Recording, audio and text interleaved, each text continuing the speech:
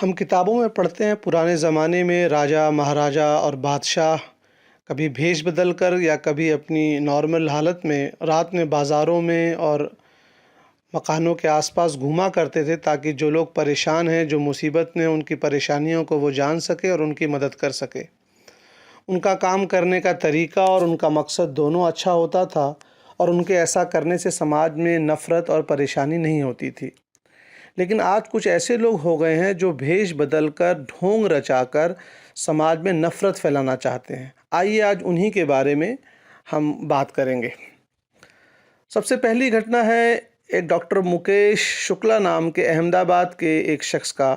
वो पिछले 28 साल से एड्स के बीमारी के ऊपर रिसर्च कर रहे थे, लेकिन किसी ने उनके इस रिसर्च पर अटेंशन नहीं दिया, तवज्जो नहीं दी।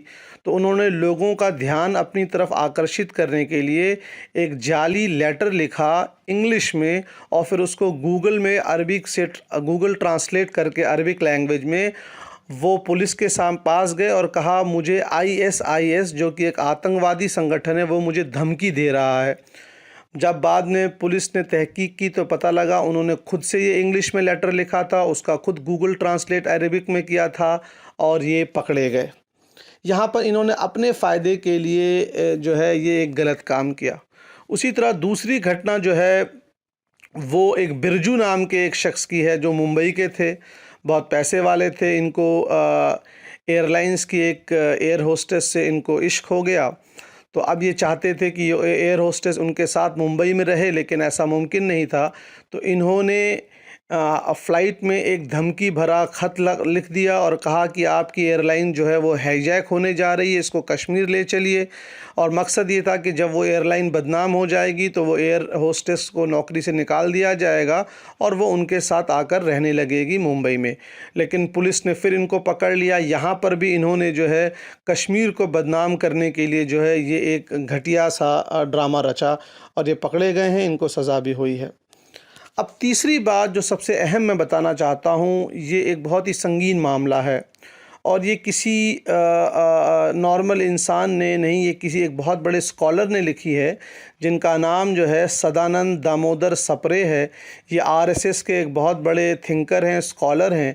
ये अपनी किताब परम वैभव के पथ पर लिखते हैं कि 1947 में 1947 में जब भारत आज़ाद हो गया तो RSS के कार्यकर्ताओं ने ढोंग रचकर इस्लाम मज़हब कबूल किया और उसके बाद वो मुस्लिम लीग के लोगों में मिलजुल कर रहने लगे ताकि वो उनकी गतिविधियों, उनके काम को जान सकें।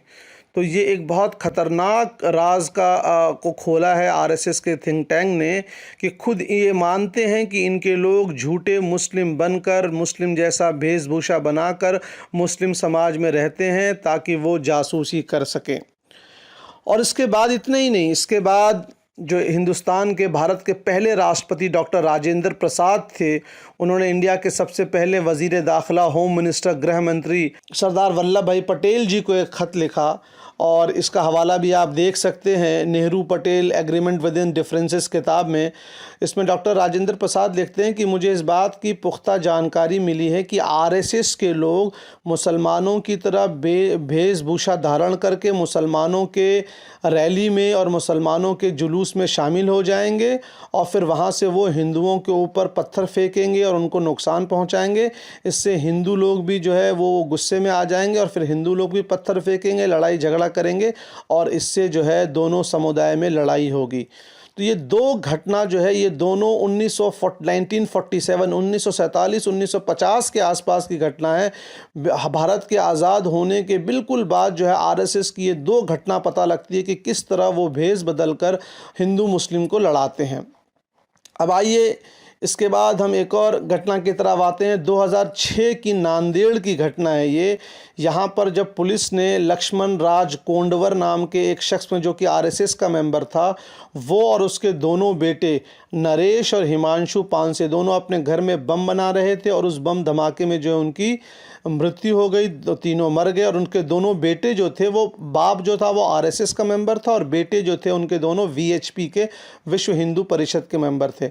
बाद में पुलिस पुलिस कहती है कि जब हमने उनके घर पर छापा मारा तो हमको वहाँ पर मुसलमानों की टोपी और नकली दाढ़ी मिली। अब आपको सोचने की बात है कि ये लोग जो नकली दाढ़ी और टोपी लगा के जो घूमते हैं, हर वो शख्स मुसलमान नहीं होता, इसमें कई लोग आतंकवादी भी होते हैं जो हिंदू मुस्लिम्स को लड़ाना चाहते हैं। आइए छठी घटना देखें। ये बीजापुर कर्नाटक की है।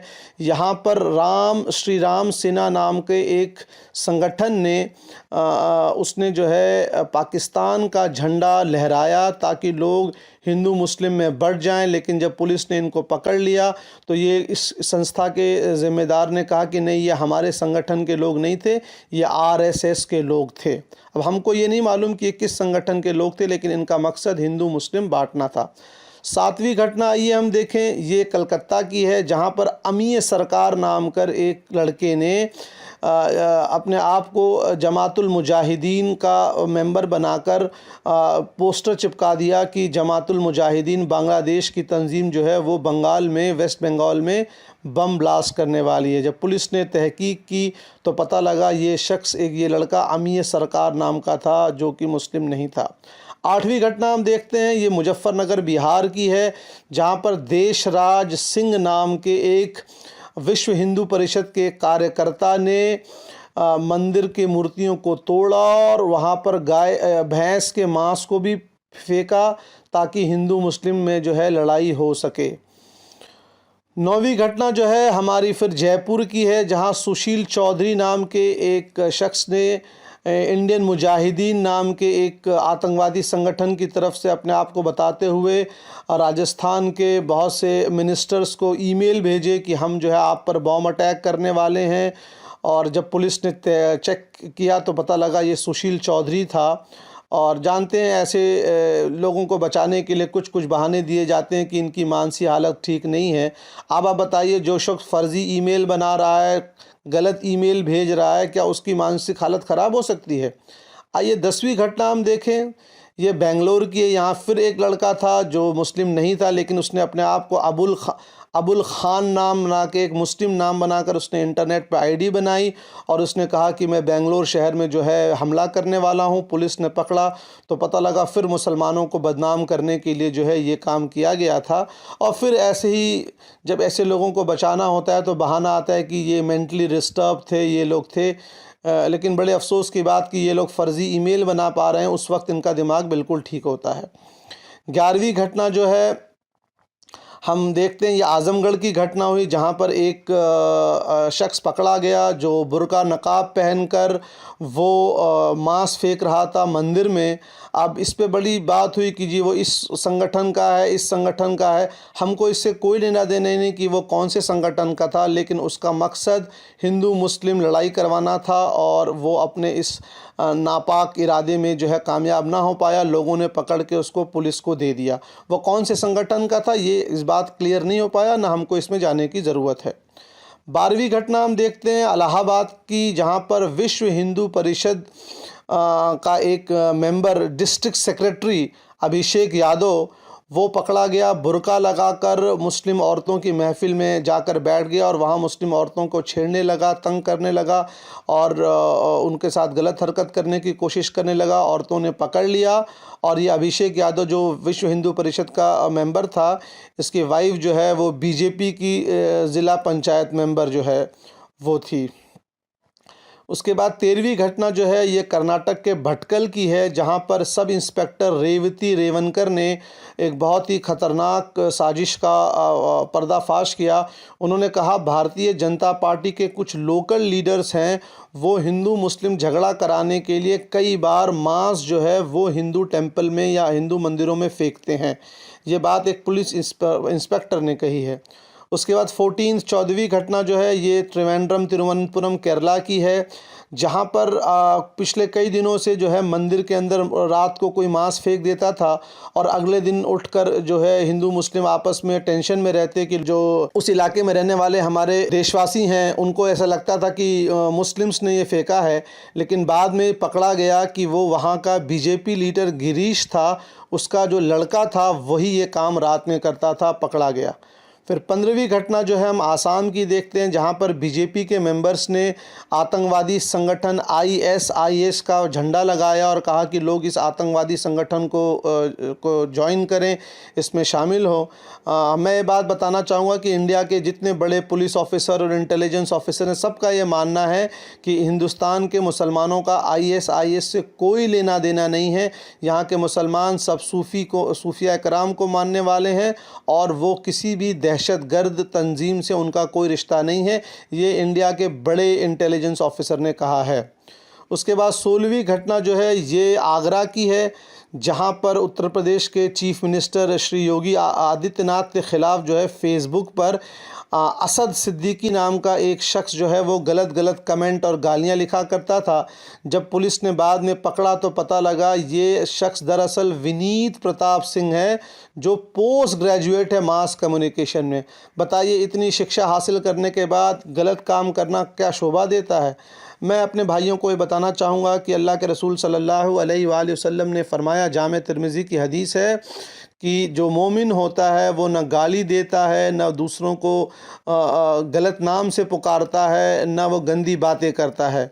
उसी तरह सही मुस्लिम की हदीस है, अल्लाह के रसूल सल्लल्लाहु अलैहि वसल्लम ने फरमाया कि जो जहन्नम में जो 5 किस्म के लोग जाएंगे, उनमें जो एक किस्म के लोग वो होंगे जो गंदी गालियां देते होंगे। तो मैं सबसे दरख्वास्त करूंगा, निवेदन करूंगा कि गाली गलौज और गंदे लफ्ज़ों का इस्तेमाल ना किया करें। आइए 17वीं घटना देखें।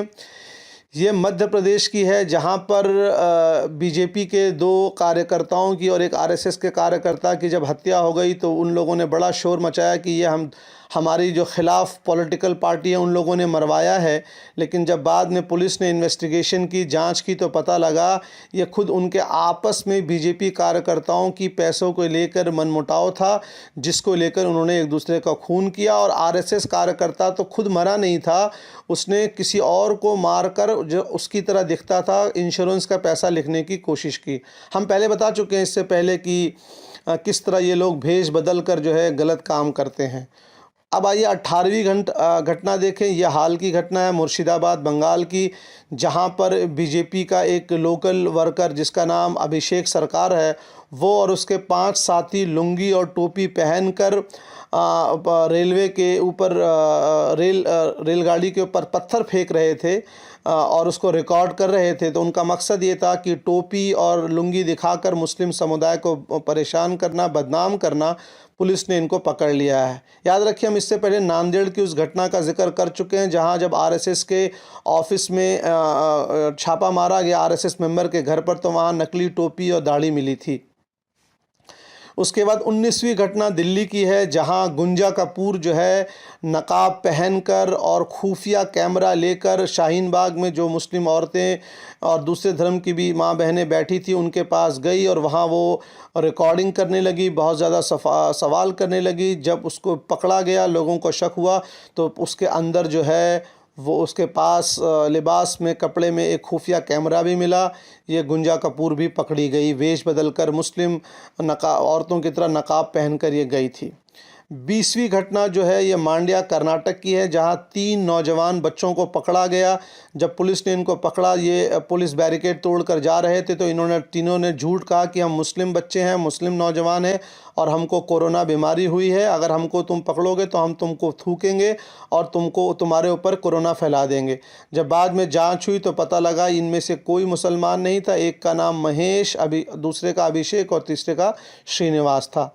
21वीं घटना जो है, यहाँ पर फिर बड़ी ही चौंका देने वाली बात है कि लोग इतनी शिक्षा हासिल करके कैसे गलत काम करते हैं। ये 53 साल के 53 इयर्स के राजेश सारंग नाम के एक गुजरात वडोदरा के एक डिप्लोमा इन सिविल इंजीनियर का ये वाक़या है कि उन्होंने क्या किया कि उन्होंने एडिशनल कमिश्नर ऑफ पुलिस के एक लेटर में ही जो है तरमीम कर दी, उसमें हेर फेर कर दिया, उसमें अपनी तरफ से कुछ डाल दिया और कहा जी पुलिस वाले ये कह रहे हैं कि मुसलमानों से सब्ज़ी मत खरीदो और मुसलमान जो है वो कोरोना फैला रहे हैं। यानी पुलिस को ही बदनाम करने की कोशिश की। पुलिस ने राजेश सारंग को पकड़ लिया। आप देखिए कैसे लोग समाज में नफ़रत फैलाते हैं। 22वीं घटना फिर भोपाल के एक इंजीनियर की है, जिसने एक दिल्ली की एक लड़की को 30 लाख का चूना लगाया। ये भोपाल का जो इंजीनियर था, ये अपने आप को एम्स का डॉक्टर बनाता था और इंटरनेट पे इसने किसी तरह चालबाजियाँ करके इस लड़की को फंसा लिया और कहा कि मेरे पापा लंदन में वो बीमार हैं, उनके बीमारी के लिए इलाज के लिए पैसा चाहिए, और लड़की को शक हो गया, फिर ये पकड़ा गया। मैं फिर अपने तमाम भाई बहनों से ये कहना चाहूँगा कि इंटरनेट पे, फेसबुक पे किसी की प्रोफाइल पिक या मैसेज को देखकर आप ये ना सोचें कि ये रियल आइडेंटिटी है। इंटरनेट पे बहुत से लोग फेक आइडेंटिटी के साथ लोगों को बेवकूफ़ बना रहे हैं। 23वीं घटना जो है, जो छत्तीसगढ़ की है, जहाँ पर निशा जिंदल नाम की एक लड़की जो थी, वो इस नाम से लोगों को बेवकूफ़ बनाती थी, और इसके 4000 के करीब उसके जो है फॉलोअर्स, फ्रेंड्स थे, और 10,000 फॉलोअर थे।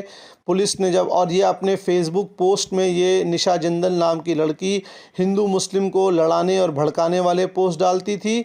जब पुलिस ने इन्वेस्टिगेशन की, तहकीकात किया, तो पता लगा ये रवि पूजर नाम का एक शख्स है जो लोगों को बेवकूफ़ बनाता था। 24वीं घटना जो है वो फिर छत्तीसगढ़ की है, और ये बड़ी मज़ेदार घटना है कि जब लोग दिल्ली से आए और वहाँ पे लिस्ट बनाई गई कोरोना के से जो लोग संक्रमित हुए हैं, कोरोना बीमारी से जो लोग प्रभावित हुए हैं, मुतासिर हुए हैं, तो उसमें 159 लोगों की लिस्ट बनाई गई और उनका नाम दिया गया ये सब तबलीगी मरकज़ के मरीज़ हैं।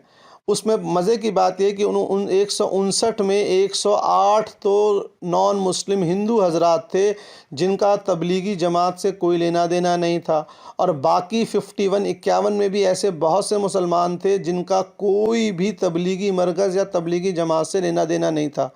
दरअसल मरकज़ निज़ामुद्दीन के आसपास जितने भी मोबाइल फ़ोन के टावर हैं, वहाँ जितने लोगों का डेटा आया उनको लिया गया और उन सब को मरकज़ निज़ामुद्दीन के नाम पर बनाकर भेज दिया गया। हम ये भी पूछना चाहेंगे, क्या अभी जो शराब लेने के लिए जो लंबी लंबी लाइन लगी हैं, कतारें लगी हैं, जिसमें कोई सोशल डिस्टेंसिंग का फॉलो नहीं किया जा रहा है, क्या हमारी हुकूमत, गवर्नमेंट वहाँ भी मोबाइल टावर से डेटा इकट्ठा करके इन तमाम की जाँच कराएगी? अगर नहीं तो क्यों? 25वीं घटना जो है, ये मुज़फ़्फ़रपुर बिहार की है।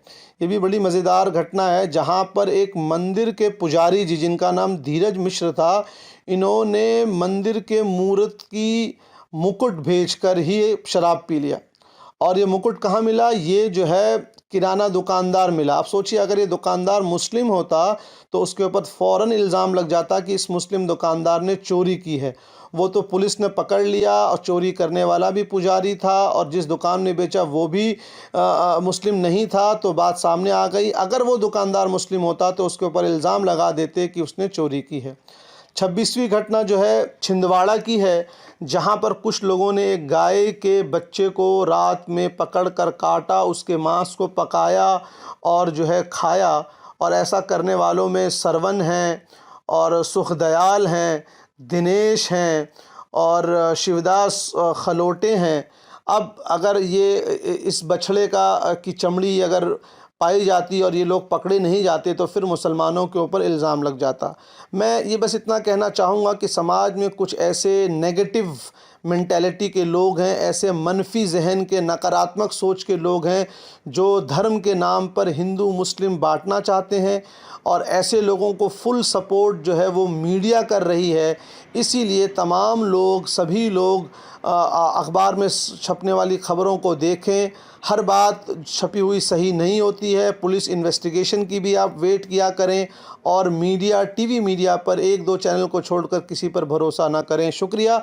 और मैं सबसे दरख्वास्त करूँगा कि हमारा ये जो यूट्यूब चैनल है, वन इंडिया गुड इंडिया, इसको सब्सक्राइब करें। मेरी सारी समाजी टॉपिक पर मेरे सारे लेक्चर्स जो है इसी चैनल पे आपको मिलेंगे। बहुत बहुत शुक्रिया। थैंक यू, धन्यवाद।